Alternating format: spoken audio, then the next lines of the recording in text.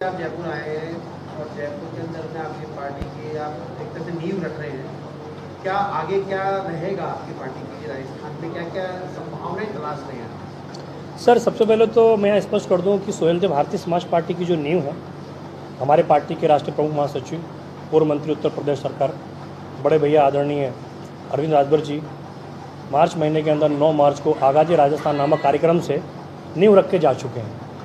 हम तो सिर्फ उनकी नींव की जो ईंट रखी गई है, उस ईंट के ऊपर दूसरी ईंट, चूना, मिट्टी, गारा मिला के एक मकान बनाने की तैयारी कर रहे हैं सोहेलदेव भारतीय समाज पार्टी का संगठन। जहाँ तक मुद्दों की बात है, सोहेलदेव भारतीय समाज पार्टी राजस्थान के लिए नई है, परंतु बिहार के लिए और उत्तर प्रदेश के लिए नई नहीं है। एनडीए का हम एक अहम सहयोगी दल भी हैं, परंतु इसके बाद भी राजस्थान के अंदर अगर हम आए हैं तो जाहिर सी बात है कि हमारी नीतियाँ, हमारे विचार और हमारे मुद्दे कहीं ना कहीं भारतीय जनता पार्टी से अलग ही रहेंगे। जैसे जैसे संगठन हमारा मजबूत बनता जाएगा, क्योंकि हमारी प्राथमिकता सबसे पहले संगठन है, इस संगठन को राजस्थान के 41 जिलों तक इस प्रकार लेके जाएं। माननीय श्री ओम प्रकाश राजभर जी के विचारों को, सोहेलदेव भारतीय समाज पार्टी की नीतियों को राजस्थान के जन जन तक पहुंचाने के लिए किस प्रकार क्या प्रयत्न किया जाना चाहिए, क्या स्ट्रेटजी अपनानी चाहिए, सोहेलदेव भारतीय समाज पार्टी अभी उस पर ही अपना ध्यान केंद्रित कर रही है।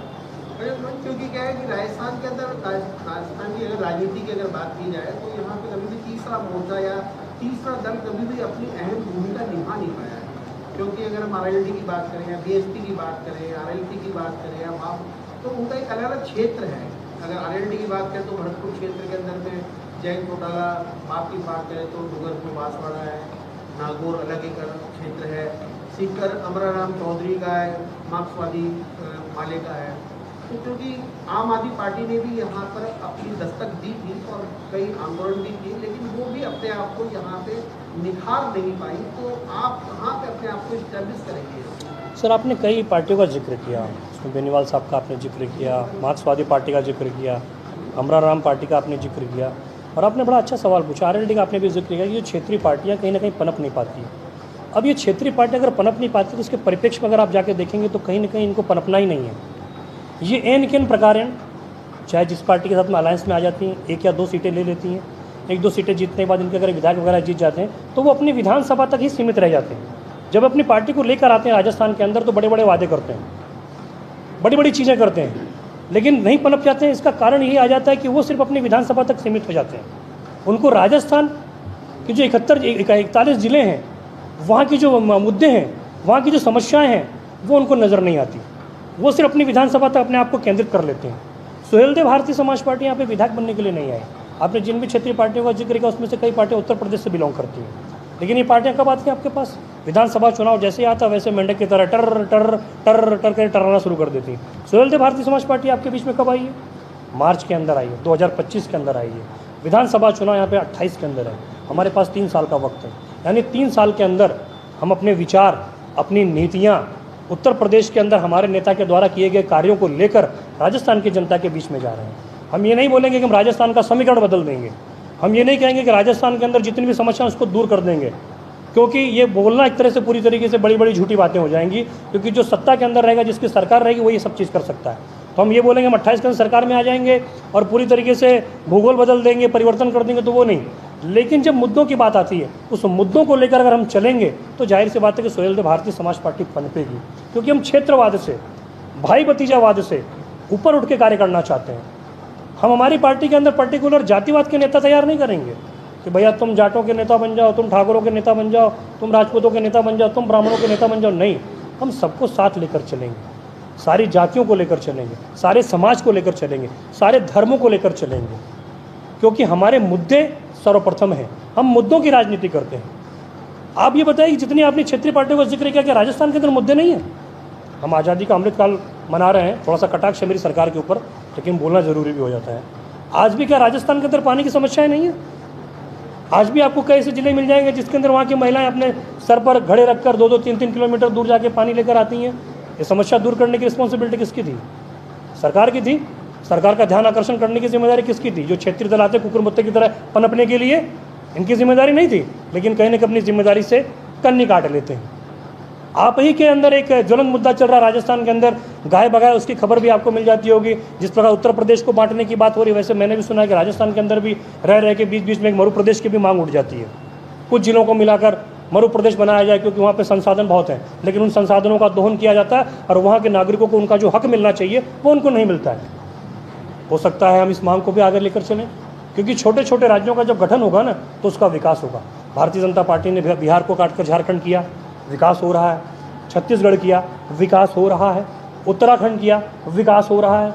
तो कहीं ना कहीं जो छोटे छोटे राज्य जब बनते हैं ना तो विकास की जो लौ होती है वहाँ तक पहुँचती है। तो इसके बारे में भी क्षेत्रीय दलों को सोचना चाहिए, लेकिन अब तक जितने भी क्षेत्रीय दल यहाँ पर थे उन्होंने इसके बारे में नहीं सोचा। एन केन प्रकारेण अलायंस करने के बाद 1 या 2 सीटों पर चुनाव लड़ना, विधायक बनना, 5 साल विधायक बनकर सिर्फ मौज उठाना, मलाई काटना, जनता के मुद्दों को दरकिनार करके आलीशान जिंदगी देना, ये उनका मकसद। की बात नहीं कर रहे हैं बांटने की। आप पत्रकार विभाग से ताल्लुक़ रखते हैं, पत्रकार बिरादरी से ताल्लुक़ रखते हैं, आपको स्वयं पता होना चाहिए कि इसकी शुरुआत कहाँ से हुई थी। इसकी शुरुआत राजस्थान के कई नेताओं ने की थी और बाकायदा अशोक गहलोत सरकार ने तो उसका रोड मैप भी तैयार करके रखा था।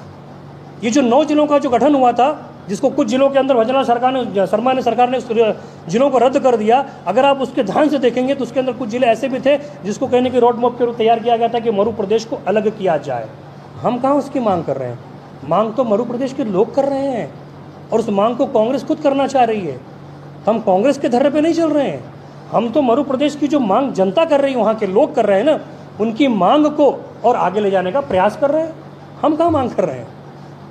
ये आपका जो हमारे ऊपर आरोप है पूरी तरीके से तथ्यहीन बेबुनियाद आरोप है। हम मांग नहीं कर रहे हैं, हम उनकी मांगों को आगे बढ़ाने का प्रयास कर रहे हैं। हम बांटने का प्रयास नहीं करते, हम जोड़ने का प्रयास करते हैं। यादव जी, आप सबको साथ लेके चलने की बात तो कर रहे हो, आपके पोस्टर में भी गौतम बुद्ध से लेकर बाबा साहब अम्बेडकर तक नजर आ रहे हैं, पर आपकी कार्यकारिणी जो है वो एक ही जाति की नजर आ रही है। तो राजस्थान में संदेश क्या देना चाह रहे हो? देखिए, बहुत अच्छा सवाल है आपका और आपके सवाल का जवाब भी मैं देता हूँ। जो पोस्टर आपको दिख रहे हैं, जो ऊपर आपको सारी जातियों को दिख रहे हैं, लेकिन उसके अंदर जो पदाधिकारी वगैरह दिख रहे हैं, हमारी पार्टी अभी नई है। हमारी पार्टी का संगठन अभी शुरुआती दौर के अंदर है। अभी जैसे जैसे जिन जिन जातियों के नेता जुड़ते जाएंगे, आने वाले समय के अंदर जब आपकी हमारी पीसी होगी, आपसे हम रूबरू होंगे, तो आपको इसके अंदर दूसरा परिवर्तन दिखाई को देगा। इसके अंदर आपको विभिन्न जातियों के नेताओं की फ़ोटो भी देखने को मिलेगी। इसलिए शुरुआती दौर है। शुरुआती दौर के अंदर जो हमारे साथ जुड़ा हुआ है उनके फ़ोटो इसके अंदर हैं। उसके बाद में जैसे जैसे जातियों के लोग जुड़ते जाएंगे, धर्म के लोग जुड़ते जाएंगे, इस पोस्टर के अंदर, इस बैनर के अंदर आपको सब जातियों के लोग, सब धर्मों के लोग भी देखने को मिलेंगे। ये मेरा आपको वादा है। सर, आपने कहा कि विभिन्न जातियों के लोग इस पार्टी में जुड़ते हुए जाएंगे। आपको नहीं लगता है आप मुद्दे को लेकर के बातचीत करते हैं? देश में इस समय जो चुनाव होते हैं वो धर्म के आधार पर होते हैं। राष्ट्रीय पार्टी आम आदमी पार्टी में राजस्थान में अपना प्रभाव दिखाने की कोशिश की, वो भी एक सक्षम रही है। तो आप क्या मतलब राजस्थान में लगता है कि आपको आपकी पार्टी उभर पाएगी? लगता, देखिए, लगता कि हमको पूर्ण विश्वास है कि उभर पाएगी। मैंने सर के पहले सवाल के अंदर इस बात को पूरी तरह स्पष्ट कर दिया था। और आप आम आदमी पार्टी की बात कर रहे हैं जो खुद भ्रष्टाचार की जननी है। आम आदमी पार्टी है क्या? आम आदमी पार्टी का उदय क्या हुआ? रामलीला मैदान के अंदर अन्ना हजारे से पैदा हुई आम आदमी पार्टी है। उसके बाद आम आदमी पार्टी ने क्या किया? जिस कांग्रेस के विरोध के ऊपर उसका जन्म हुआ, उसने पहले 34 दिन की जो सरकार बनाई थी उसी कांग्रेस के सहयोग से बनाई थी। उसकी बात क्या करेंगे आप? आम आदमी पार्टी पूरी तरीके से भ्रष्ट पार्टी है, झूठों की पार्टी है, धोखेबाजों की पार्टी है, भ्रष्टाचारियों की पार्टी है। तो उसका अंजाम तो होना ही था। हम उसके धर्रे पे चलने वाले लोग नहीं हैं। हमारी राजनीति, हमारी विचारधारा, हमारी नीतियाँ, हमारे मुद्दे आम आदमी पार्टी से पूरी तरीके से अलग है। हम सत्ता का सुख लेने के लिए नहीं आए, हम आपको आपका हक अधिकार दिलाने के लिए आए हैं। दलितों की बात होती है, पिछड़ों की बात होती है। कांग्रेस ने क्या किया पिछड़ों के साथ में अब तक? कांग्रेस दलितों की बात 2011 से पहले क्यों नहीं करती थी? जैसे सत्ता के अंदर से बाहर चलेगी तब उसको पिछड़े दलित याद आने लग गए। आज जातिगत जनगणना की बात हो रही कि नहीं हो रही? राहुल गांधी बड़े जोरों शोर से इस बात को उठाते हैं। 2011 के अंदर जातिगत जनगणना हुई थी, लेकिन उस आंकड़े को, जातिगत जनगणना आंकड़े सार्वजनिक किसने नहीं किया अभी तक? कांग्रेस ने नहीं किया। उस आंकड़े को फाड़ने का काम किया था राहुल गांधी जी ने।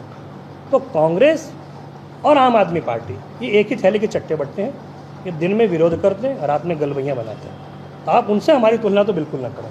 राजस्थान में तमाम पार्टियां यहाँ पर आती है और बड़े बड़े वादे करती है कि हम ऐसा करेंगे, वैसा करेंगे, जनता के हित में करेंगे, मुद्दे करेंगे, तमाम प्रकार की बातें होती है, मगर जनता के हित में कोई बात नहीं करती। ले दे के सत्ता में अगर आपके एक तो विधायक आ गए तो आप भी कहीं ने रोटियाँ सेकने का काम करेंगे। तो ऐसा क्यों किया जाता है? और थोड़े से दिन में, जैसे आम आदमी पार्टी इन्होंने पूछा आपसे, तो आम आदमी पार्टी भी आप अपने झोले झपटे समेट के कहीं दिन कोने में बैठ गई। तो क्या इस तरीके की चीज़ें आप करोगे या क्या वास्तव में जनता के हित में काम करेंगे? देखिए, सबसे पहले तो मैं स्पष्ट कर दूं कि अभी तक शुरुआत के अंदर मैंने ऐसी कोई बात नहीं बोली जिसके अंदर आप बोले कि मैंने बहुत बड़े बड़े वादे किए। मैंने कोई बड़े बड़े वादे नहीं किए। मैंने सिर्फ यही बोला कि सुहेलदेव भारतीय समाज पार्टी अपनी नीति, अपनी विचारधारा को लेकर आगे बढ़ेगी और जनता से जुड़े हुए जो मुद्दे, उनकी समस्याएं, उनको लेकर चलेगी। हमने कोई वादा नहीं किया।